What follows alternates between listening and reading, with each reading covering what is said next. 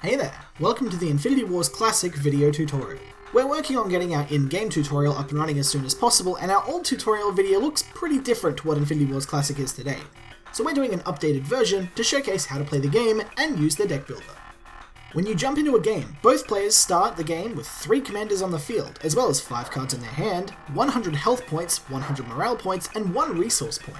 Your resource points are how you play cards, and at the end of each turn, your maximum resources points will increase by 1, and your resources are refreshed to full. You won't gain more than 10 resource points this way. Cards mainly come in units and spells, but you also have locations, relics, and mission cards. Let's take a look at units and spells. Every unit will have the following: a resource cost, a morale cost, an attack and health value, as well as some additional type information. They may also have some additional effects to make them more interesting, or even some flavor text. As for spells, they simply have their resource cost and their effect. There are 2 phases in Infinity Wars Classic, the planning phase and the resolution phase. You deploy, move, and play cards in the planning phase, and once both players lock in their turns, the resolution phase begins.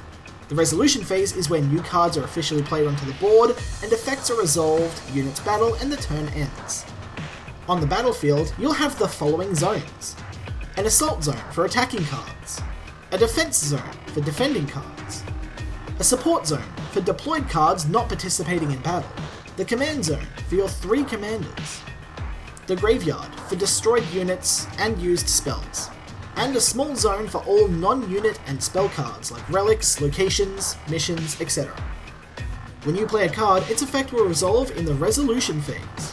When a unit is played, it is by default played in the support zone, and it's unable to move zones in the same turn it's played. After the first turn, it can then be moved to the attack, defense, or support zones as desired. At the end of the turn, the resolution phase begins, starting with the player who currently has initiative, as indicated by this little button here. Initiative indicates which player's effects first start to resolve and swaps between the players each turn. The order the cards resolve in is preempted first, followed by deployment effects on any cards played this turn, and then everything else including spells and activated abilities on units and other cards. Once cards have been played and resolved, battle begins. Cards in the attack zone will attack the player directly unless intercepted by opposing cards in the opponent's defense zone. If intercepted, units will battle each other. Otherwise, if there are no cards in the defense zone, the player's fortress is attacked directly and loses health. If your health is depleted to 0, the game is over. Additionally, each time a unit dies, you lose morale points equal to that card's morale cost. If your morale depletes to 0, game over.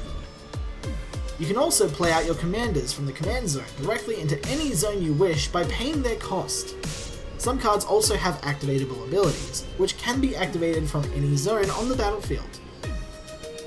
You also have the trading post, which allows you to do a variety of things, including drawing more cards, cycling out cards from your hand, and increasing your maximum resources above the standard of 10. Infinity Wars Classic is played through simultaneous turns, so while you're planning your turn, moving your units and selecting your targets, your opponent's doing the same thing, and neither of you will know for sure what your opponent has done until the turn resolves. This means that you need to play while keeping in mind what your opponent is likely to do, and what your opponent thinks that you are likely to do. When making a deck for Infinity Wars Classic, you must start by selecting 3 units to become your commanders. Each commander you have will add 1 level of purity to your current purity mix. Then, all following cards that you have in your deck will require that you have that level of purity in order to add them to your deck. For example, if you have these 3 commanders selected, you would have a purity of 2 Cult of Auror and 1 Flame Dawn. This means you can add any Cult of Auror card to your deck that has a purity cost of 2 or less, and all 1 purity Flame Dawn cards, as well as any factionless cards. You can view and make decks using every single existing card in the deck builder thanks to the CTCG model. Whether you want to double down on one specific faction, or mix and match your favourite factions, it's up to you to make a deck to outmaneuver, outsmart, and overpower your opponent. Best of luck, and if you have any questions or want to find a game, jump into the Infinity Wars Discord server, link in the description. We'll see you on the battlefield, my friend.